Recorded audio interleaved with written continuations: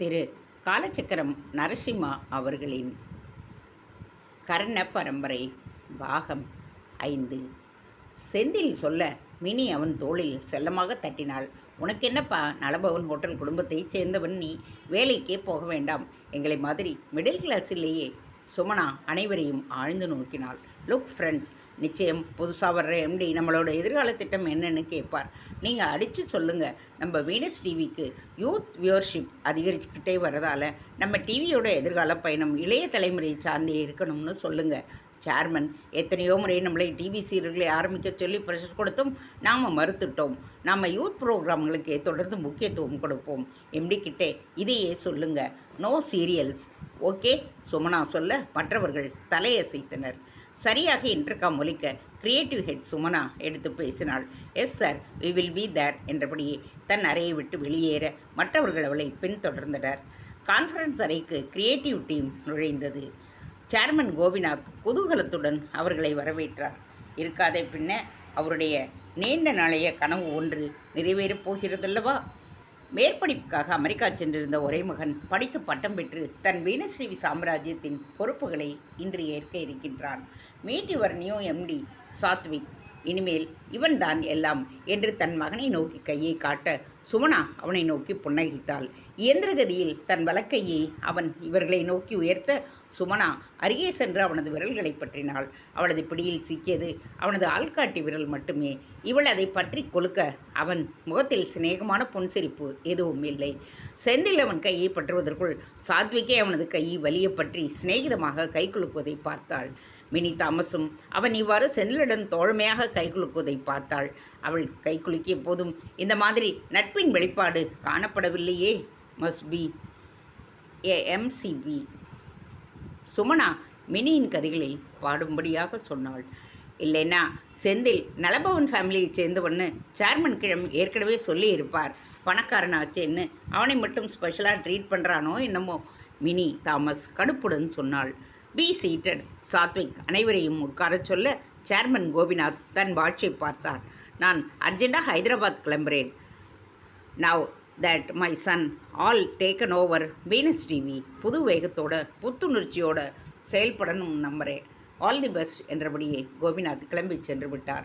சாத்விக் ஒரு முறை தன் கிரியேட்டிவ் டீமை ஏற இறங்க பார்த்தான். ஸோ நீங்கள் தான் கிரியேட்டிவ் ஹெட்டா? சுமனாவை பார்த்து கேட்டான் சாத்விக். எஸ், தலையசைத்தாள் சுமனா. இவன் கேட்கும் கேள்விகளுக்கு சட்டென்று பதில் தந்து அவனை அசர வைக்க வேண்டும். மனதிற்குள் தன்னை தயார் நிலையில் வைத்து கொண்டாள் சுமனா. அவளை உற்று பார்த்தான் சாத்விக். கிரியேட்டிவ் ஹெட்டுனா தமிழில் எப்படி சொல்கிறது? சுமனா திணறினாள். அடக்கடவுளே, இவ்வளவு நாளாக இதை பற்றி அவள் யோசிக்கக்கூட இல்லையே. தன் சிந்தைக்குள் ஏதாவது தமிழ் வார்த்தை கிடைக்காதா என்று துருவி துருவி தேடினாள். அவளால் சட்டென்று பதில் தரவே முடியவில்லை. தமிழ்நாட்டு டிவியிலே நடத்துகிறீங்க, கிரியேட்டிவ் ஹெட்டுக்கு தமிழ் சொல்ல தெரியலையே. நானே முயற்சி பண்ணுறேன்.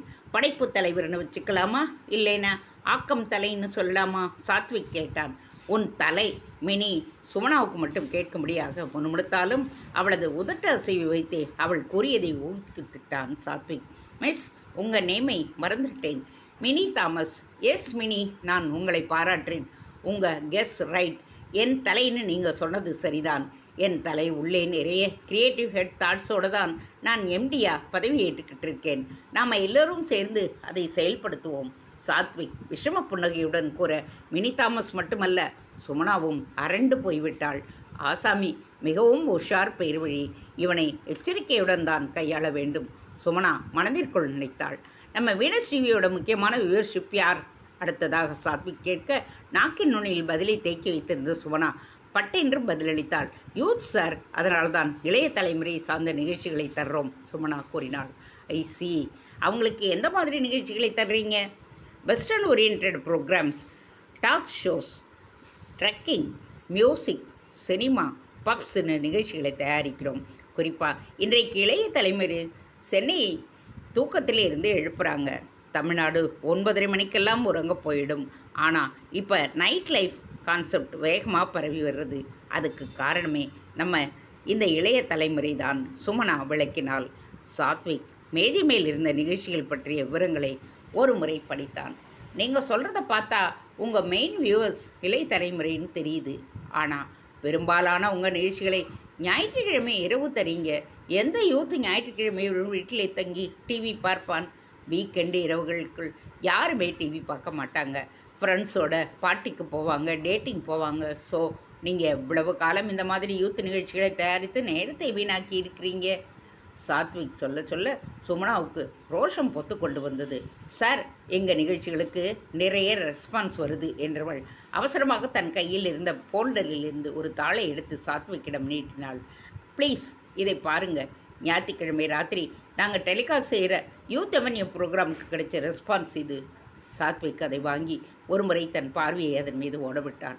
ட்ரூ மிஸ் சுமனா, ரெஸ்பான்ஸ் நல்லா இருக்குது. ஆனால் கருத்தி சொல்லி இருக்கிற பெயரை பாருங்கள். ராஜேஸ்வரி, தனகோபால், தரணிபதி, காமாட்சி, சுந்தரம், வரதராஜன், இவங்க பெயரையெல்லாம் வச்சு பார்த்தா இவங்கள் 60க்குள்ளோ அதற்கு முன்னாடியோ தான் பிறந்திருக்கணும். இப்போ யார் இந்த மாதிரி பெயரை வைக்கிறாங்க? உங்கள் மாதிரி சுமனா, மினி, அருண், வருண்னு பாஸ்போர்ட்டில் பிடிக்கிற மாதிரி வெளிநாட்டுக்காரங்க எளிதாக உச்சரிக்கிற மாதிரி தானே பெயர் வச்சுக்கிறாங்க.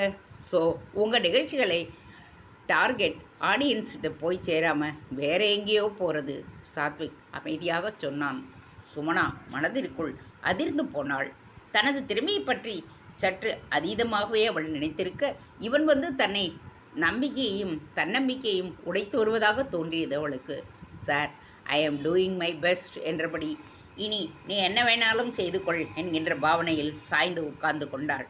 மிஸ் சுமனா, நான் உங்களையோ உங்கள் நிகழ்ச்சிகளையோ விமர்சனம் செய்யவில்லை. உங்கள் ப்ரோக்ராம் சிடிகளை பார்த்துட்டு தான் நான் உங்கள் முன்னாடி உட்கார்ந்து பேசுகிறேன். உங்களோட வேலண்டைன் டே ஸ்பெஷல் கரும்புவில் நிகழ்ச்சி மாதிரி இதுவரை யாருமே செஞ்சதில்லை. தேம்ஸ் டிவி நிகழ்ச்சி அவ்வளவு நிகழ்ச்சியின் தரம் இருந்தது. நான் சொல்ல வர்றது என்னென்னா, நம்ம யூத் நிகழ்ச்சிகள் நல்லா இருந்தாலும் அவங்க அதை கேட்கல, அவங்க கேட்கறதே வேற. சாத்விக் சொல்ல அனைவரின் முகங்களிலும் வியப்பு. இவன் அதிகாரத்தை கையில் வைத்து இவன்களை நிகழ்ச்சிகளை குறை சொல்வதாக நினைப்பது தவறு. உண்மையிலேயே இவன் பல ஆராய்ச்சிகளை செய்த பின்பே தங்கள் எதிரே வந்து உட்கார்ந்திருக்கிறான் என்பதை புரிந்து கொண்டார்கள். சுமனா தன் குரலில் இருந்த காட்டத்தை நீக்கிவிட்டு அவனை மரியாதையுடன் நோக்கினாள். புரியுது சார், ப்ளீஸ் டெல்லஸ். நீங்கள் எங்களுக்கு வழிகாட்டியாக இருந்து நாங்கள் எப்படிப்பட்ட நிகழ்ச்சிகளை தயார் செய்யணும்னு சொன்னீங்கன்னா உதவியாக இருக்கும். ஷியோர். சாத்விக்கும் உற்சாகத்துடன் நிமிர்ந்து உட்கார்ந்தான். ஃப்ரெண்ட்ஸ், மேல்நாட்டு யூத் எதை எதிர்பார்க்குறாங்க? மேல்நாட்டிலே ஆன்மீகம் கிடையாது. அவங்களுக்கு தெரிஞ்சது எல்லாமே செக்ஸ். அதுக்கு அடுத்தபடியாக கோஸ்ட் தான் அவங்களுக்கு தெரிஞ்சுக்க விரும்புகிற விஷயம். குறிப்பாக பேராநார்மல்னு பேய் சம்மந்தப்பட்ட நிகழ்ச்சிகளையே விரும்பி பார்க்குறாங்க. நம்ம நாட்டு யூத் ஆன்மீக சிந்தனையில் வளர்ந்தவங்க.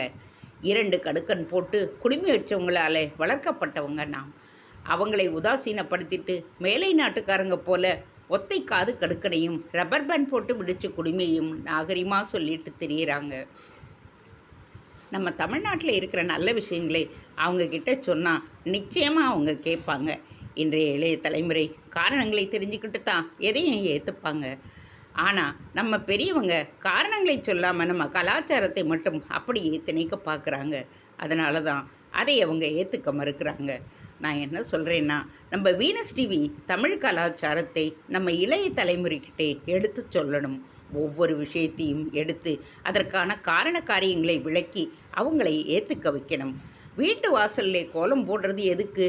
குடுமி வைக்கிறது எதுக்கு? எல்லாம் விளக்கணும்.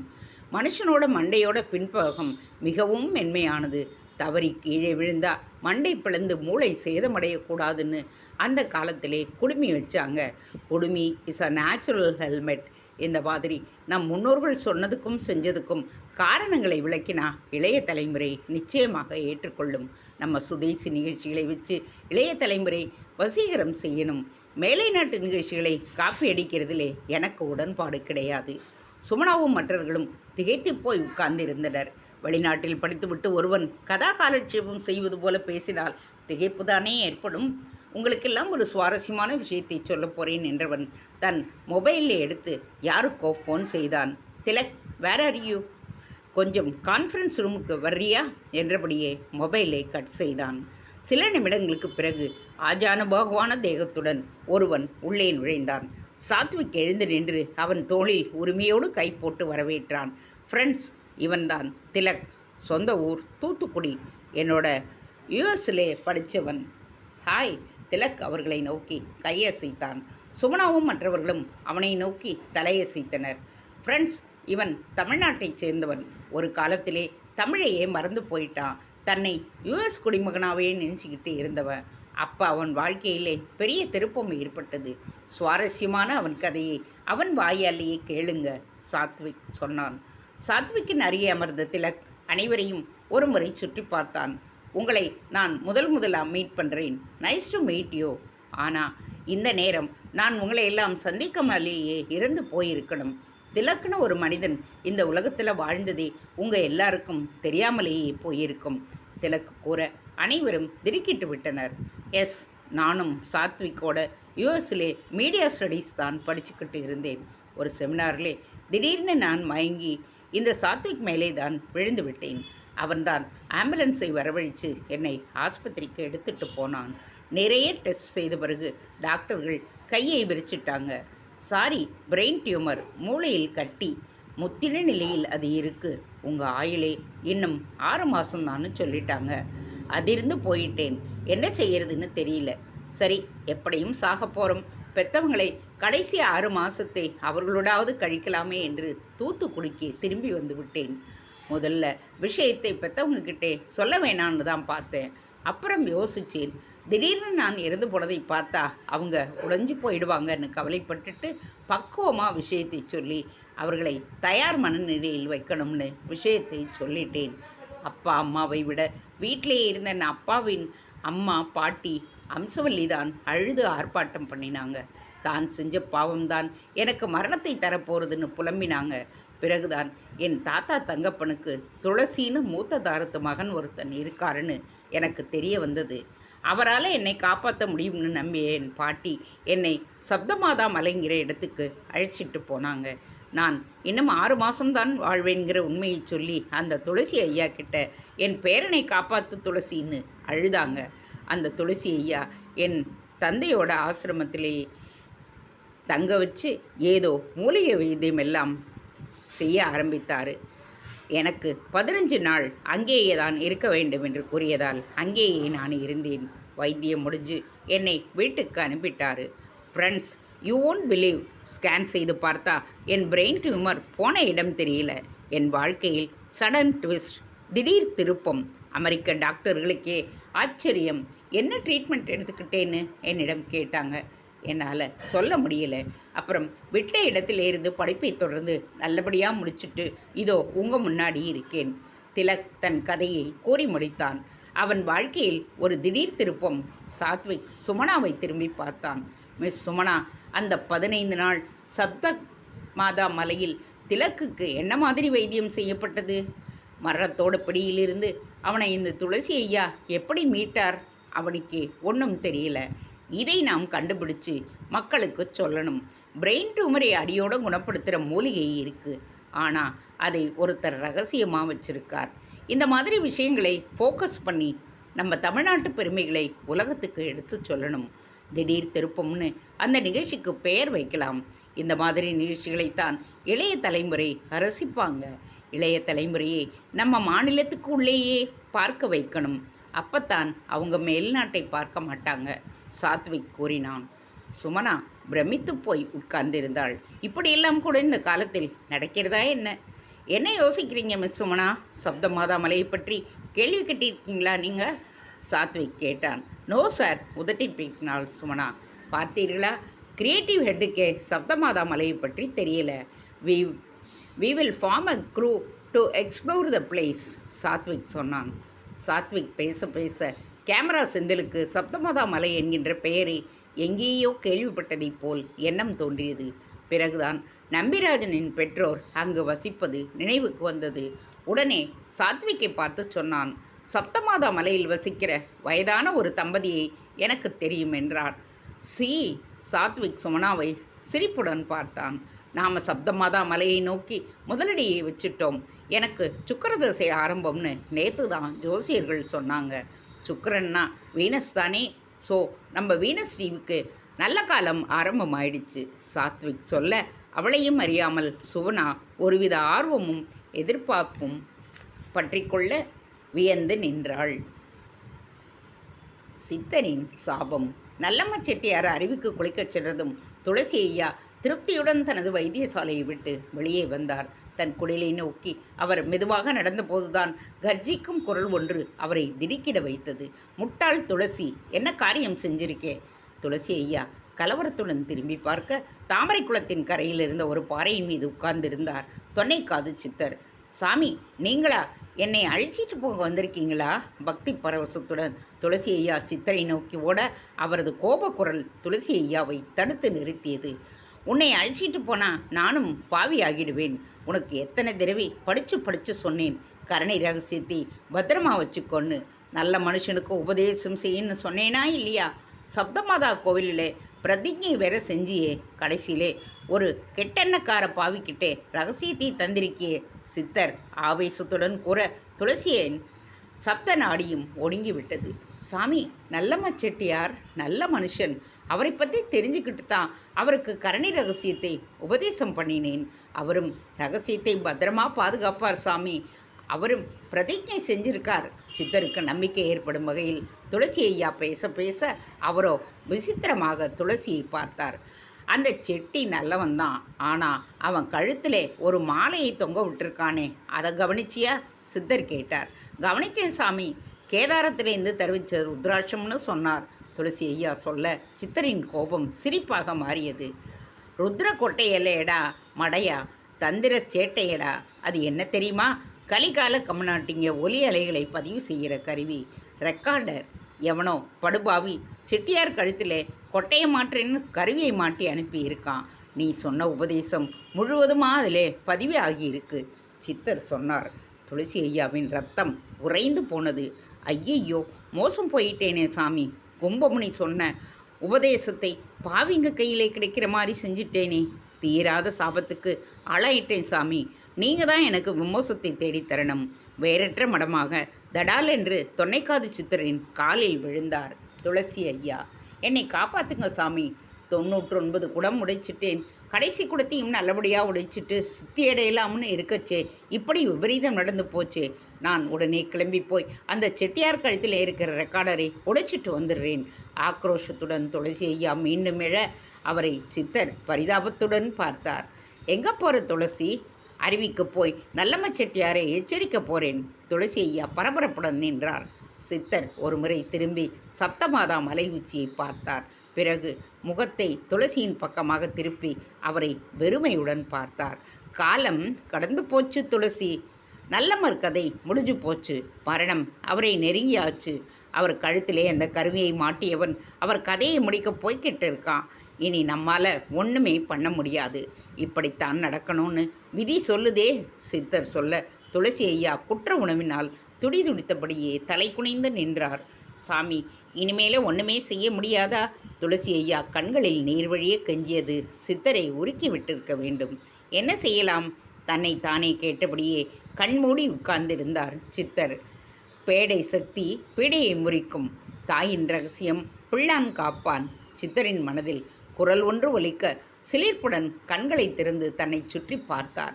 கும்பமுனியே தன்னுள் குரலாக ஒலித்தாரா என்ன? சித்தர் பரவசத்துடன் குடிலை நோக்கி நடக்க அவர் கண்களில் கழுவத்தின் பாக்கை பொடி செய்து கொண்டிருந்த வனத்தாயிதான் பட்டாள். எலே துளசி, குடில வாசலில் உட்கார்ந்திருக்கிற கிழவி யாரு? துளசி வியந்தார். சித்தர் எதற்காக திடீரென வனத்தாயியை பற்றி கேட்கின்றார்? நல்லம்மா செட்டியாரோட பெண்டாட்டி. அவள் பெயர் வனத்தாயி. அந்த வனத்தாய்கிட்டே உடனேயா கரணி ரகசியத்தை உபதேசம் பண்ணு. அந்த மலைக்காட்டு தாய் ரகசியத்தை இந்த வனதாய் தான் காக்க போறா, சித்தர் சொன்னார். அவளா? அவளுக்கு 2 கண்ணும் கிடையாது சாமி. துளசி ஐயா அதிர்ந்தார். உனக்கு 2 கண்ணும் நல்லா தானே இருக்கு. உன்னால் ரகசியத்தை காப்பாற்ற முடிஞ்சுதா? சித்தர் கேட்க துளசி ஐயா வாயடைத்து போனார். நான் சொன்னபடி செய். நீ உபதேசம் செய்ய நல்லம்மர் கதை முடிஞ்சு போச்சு. இனிமே புதுசாக யாரை தேடி போய் உபதேசம் செய்ய போகிற? கரணி ரகசியத்தை களவாடிய அந்த கைவனுக்கு வனத்தாய்க்கிட்டே ரகசியம் இருக்குன்னு தெரியக்கூடாது.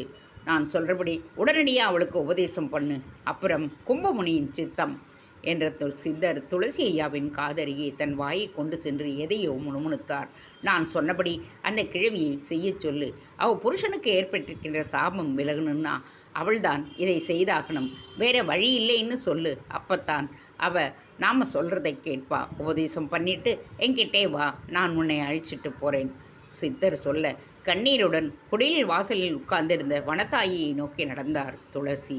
தொன்னைக்காது சித்தர் மீண்டும் மலையீச்சில் இருந்த சப்தமாதா கோயிலை வெறித்து பார்த்தார். கரணி ரகசியம் பாவிக்கு கிடைச்சாச்சு, பாவம் நல்லமர், தனக்குள் முணுமுணுத்தார் தொன்னைக்காது சித்தர். பெயரை சொல்வாவா? நீலவிழி அம்மன் கோவில். தனபாக்கியம்மத்தை அம்மனை தரிசனம் செய்துவிட்டு ஆயாசத்துடன் கோவில் மண்டபத்தில் உட்கார்ந்திருந்தாள். பசி வயிற்றை கிள்ளியது. காரைக்குடி ஹவுஸ் உரிமையாளர் ஹோட்டல் அதிபர் சந்திரசேகரின் ஒரே அக்காதான் அவள். இருந்தாலும் அடுத்த வேளை சாப்பாடு எப்போது கிடைக்கும் என்று சொல்ல முடியாது. சமையல் பொறுப்பை சூரியகாந்தம் கவனித்து வந்தவரை முதலில் இவளை உட்கார வைத்து வயிறார உணவை அளித்து விடுவாள். ஆனால் சமையலறை பொறுப்பினை ஜோதிலட்சுமி ஏற்றதும் முதலில் தனபாக்கியத்துக்கு சாப்பாடு போடுவதை நிறுத்திவிட்டாள். அம்மன் பிடாரிக்கு படையல் வைக்கிற மாதிரி அத்தை கிழவிக்கு எதுக்கு முதல்ல சாப்பாடு வைக்கணும் என்று முணுமுணுத்தவள் குடும்பத்தின் இதர உறுப்பினர்கள் சாப்பிடும்போதுதான் தனபாக்கியத்துக்கும் இலை போடுவாள். சரி, எப்படியோ குடும்பத்தில் ஒருத்தியாக எல்லோருடனும் உட்கார வைத்து சோறு போடுகிறாளே என்று அவள் தன்னை தேற்றிக் கொண்டாள். பிறகு அதற்கும் வேட்டு வைக்கப்பட்டது. வீட்டு ஆம்பளைங்க ஓடி ஆடி உழைக்கிறாங்க, நீங்கள் வீட்டில் சும்மாதானே இருக்கிறீங்க, அதனால் பிற்பாடு சாப்பிட்டு கொள்ளலாம் என்று டைனிங் டேபிளில் சாப்பிட்டு கொண்டிருந்த தனபாக்கியத்தை கயற்றி விட்டு விட்டாள். இப்பொழுது வேலைக்காரி அஞ்சலை, டிரைவர் மருது இருவருக்கும் சாப்பாடு போடுவதற்கு முன்பாக தனபாக்கியத்துக்கு சமையல் அறையிலேயே ஒரு மூலையில் சாப்பாடு போடப்படுகிறது. தலைவிதியே என்று எல்லா அலட்சியங்களையும் சகித்து கொண்டுதான் தம்பி வீட்டில் அவள் இருக்கிறாள். இந்த நீலவிழியம்மன் கோவில் இவர்கள் குடும்ப கோவில்தான். இன்னும் சொல்லப்போனால் கோவில் நிலம் கூட இவர்களுடைய சொத்துதான். இவளுடைய அப்பா சிவக்கொழுந்து, அம்மா மதுரமும் உயிரோடு இருந்தபோது பட்டுப்பாவாடை சரசரக்க, இடுப்பு வரை தொங்கும் காசு மாலை கலகலக்க இவள் நடந்து வரும்போது ஊரே இவளை பார்த்து புருவத்தை விரித்தும். அந்த கோவிலில் இன்று தனபாக்கியம் ஒரு தேசாந்திரியைப் போல பசியுடன் உட்கார்ந்து கொண்டிருக்கிறாள். இங்கிருந்தோ வந்த சிரிக்கைகள் எல்லாம் இவள் வீட்டில் நாட்டாமை புரிய அந்த வீட்டிலேயே பிறந்து அருமையாக வளர்ந்த தன்னை இன்று கண்டும் காணாதது போல் இருக்கும் தம்பி சந்திரசேகரின் மீது ஆத்திரம் பொங்கி வந்தது அவளுக்கு. சந்திரசேகரும் ஒரு காலத்தில் இவள் மீது எவ்வளவு ஆசை வைத்திருந்தான். இருவருமே அவர்களுடைய பெற்றோருக்கு அருமைதான். தனபாக்கியம் ஒரு மகாராணியைப் போலத்தான் வளர்ந்தாள்.